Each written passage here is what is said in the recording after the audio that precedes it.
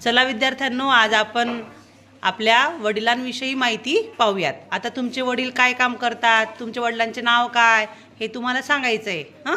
जी माहिती सांगायची ती मोठ्याने सांगायची.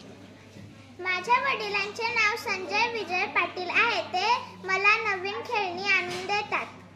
माझ्या पप्पांचे नाव मनोज ओमकार पाटील आहे. ते दररोज शेतीत जातात. माझ्या वडिलांचे नाव बाळासाहेब आहे. ते मला रोज फिरायला घेऊन जातात. अरे वा, फिरायला. माझे पप्पांचं नाव गणेश आहे. मला माझे पप्पा खूप आवडतात. माझ्या वडिलांचे नाव रतन सिंग आहे.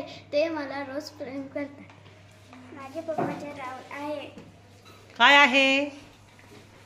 वडिलांचं नाव नाही माहिती तुला?